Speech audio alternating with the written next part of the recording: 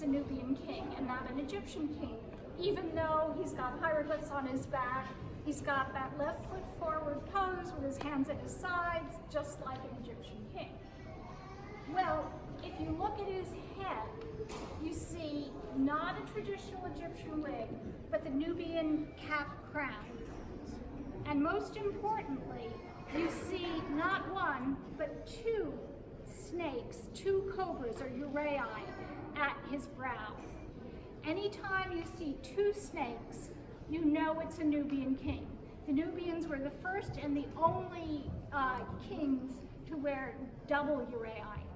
And it's hard to see on this statue. He is, by the way, 5 feet tall. We do have statues of his sons, Lamani and Espelta, in the collection, but they're 12 and 15 feet tall.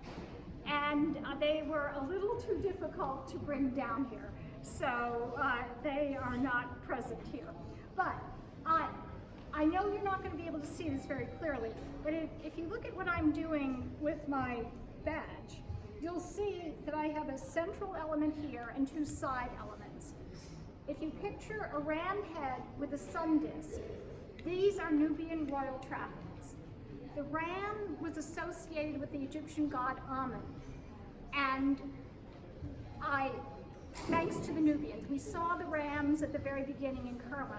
The Nubians probably gave Egypt the idea of worshiping Amun as a ram because of the power and the fertility and the might of rams. And then, so the Egyptians associated rams with Amun, and then the Nubians took it back. So while the ram was likely their native god, they joined with the Egyptians in worshiping the ram as Amun. So those are the things that tell me that trapping that you can barely see on him, and his headgear that tell me he's Nubian. But there's something else that's really special about this statue, and that is, you look at his chest, and it's nicely polished.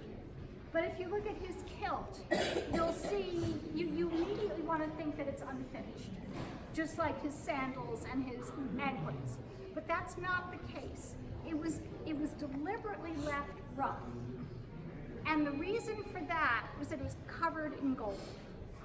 So that you have to imagine Senkamniskan and his sons, Lamani and Espelta, outside a temple that was at the foot of a giant mountain that grows in the flat desert. So think Ayers Rock in Australia, just this giant mountain out of nowhere.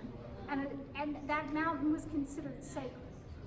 So as you're coming across the desert, all of a sudden, what do you see? You see the sun bouncing off the gold of these garments, and you know that these kings are gods.